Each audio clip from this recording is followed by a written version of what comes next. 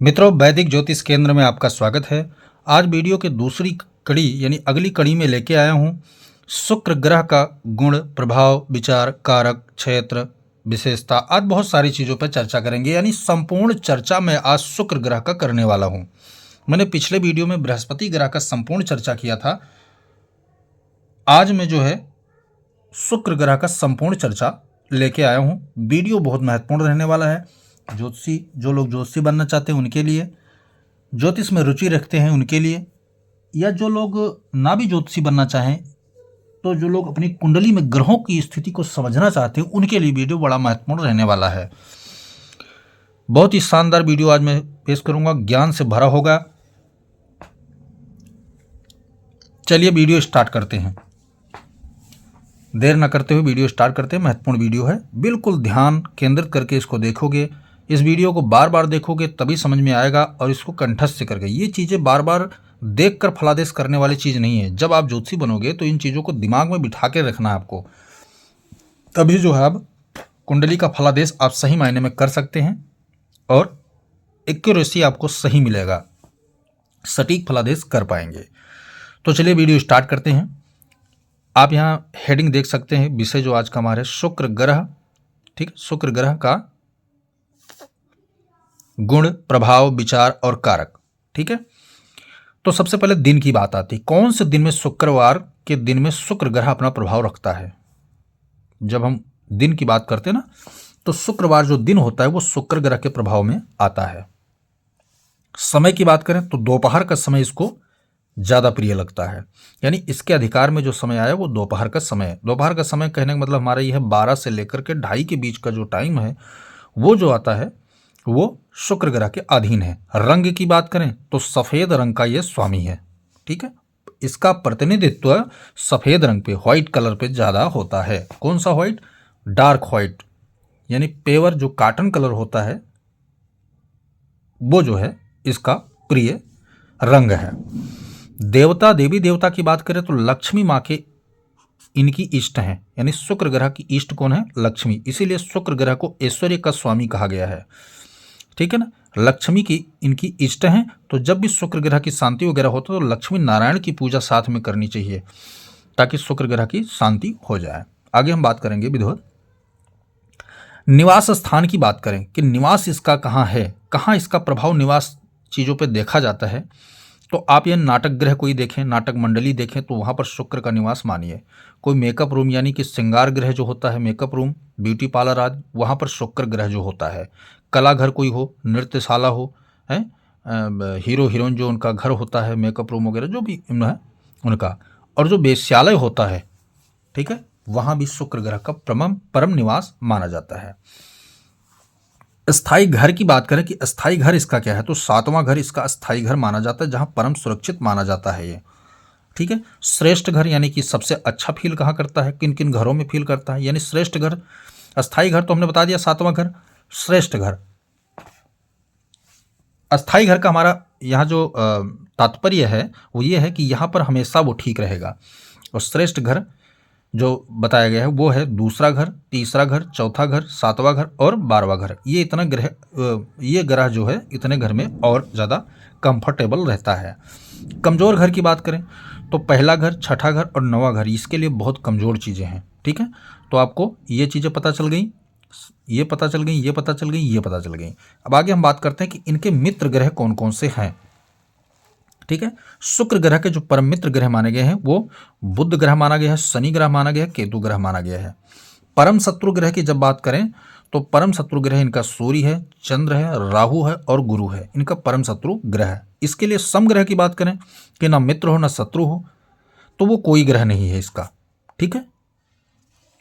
इसने पार्टी बंदी जबरदस्त इसने की है। नकली ग्रह की बात करें कि नकली शुक्र का निर्माण कब होता है, तो आप ये जान लीजिए कहीं भी कुंडली में राहु केतु की युति अगर नजर आ रही है आपको, पहली बात तो लग्न कुंडली में आपको ये देखने को मिलेगा नहीं, तो कैसे हम देखेंगे?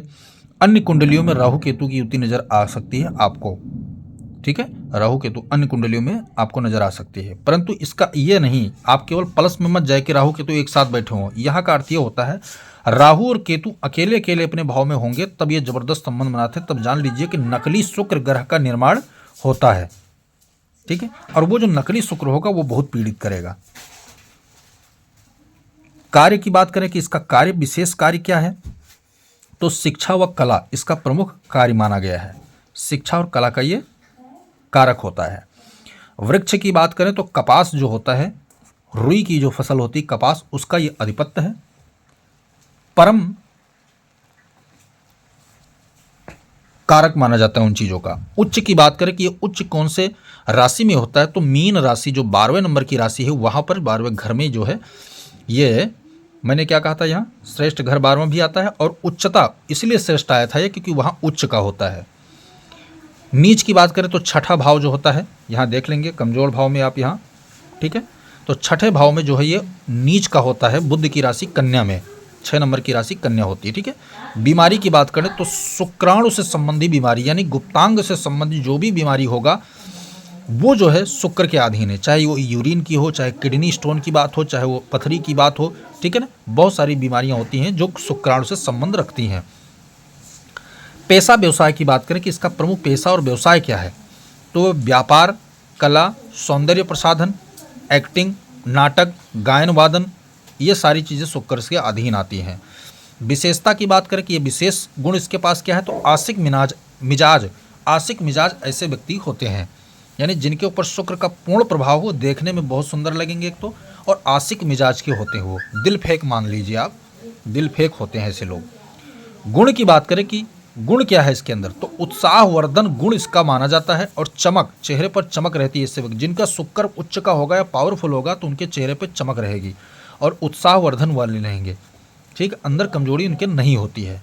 शक्ति की बात करें तो शक्ति इनके अंदर जो है सच्चा लग्न यानी लगाव और प्रेम, सच्चा प्रेमी और लग्न यानी लगाव उनका होता है, शक्ति है ये। धातु की बात करें तो हीरा नग होता है और चांदी इसकी धातु होती है। ठीक है, जरकन इसका ओपल, जरकन ये भी उपरत्न में आते हैं, लेकिन प्रमुख जो है ये है शुक्र ग्रह का। शरीर के अंग की बात करें तो गाल पर ये अपना प्रमुख प्रभाव डालता है। चिक जो होता है गाल, वहाँ पर प्रमुख प्रभाव ये अपना रखता है। चेहरे की अंग की बात करें तो बायां भाग, कटी भाग जो बोलते हैं ना, बायां भाग, वामांग, वहाँ पर इसका प्रमुख प्रभाव माना जाता है। तुलना करें तो तरबूज के अंदर की बीज की जो होती है, कहते हैं कि तरबूज का बीज बहुत महत्वपूर्ण होता है। बहुत सी अच्छी अच्छी मिठाइयाँ बनती हैं ना, उनके में प्रयोग किया जाता है तरबूज का बीज वगैरह, तो वो बीज की तुलना इससे किया गया है, उतना महत्वपूर्ण ये होता है। पोशाक की बात करें तो कमीज और सिंगारिक जितना भी पोशाक होता है वो सब शुक्र के अधीन माना जाता है। अनाज की बात करें तो ज्वार, आलू पर प्रमुख प्रतिनिधित्व है, लेकिन और भी बहुत सारी चीज़ें होती हैं शुक्र के अधीन। जो प्रमुख चीज़ें वो मैंने यहाँ पर लिया है। पशु की बात करें तो पशु गाय और बैल, ये शुक्र के अधीन आने वाले पशु माने जाते हैं। तो शुक्र ग्रह से संबंधित आज मैंने बहुत बेहतरीन वीडियो बनाया है सब्जेक्ट विषय को चुन के, तो आप इसको बार बार देखेंगे तभी आपके समझ में आएगा कि शुक्र को समझने के लिए इन चीज़ों को आवश्यकता है।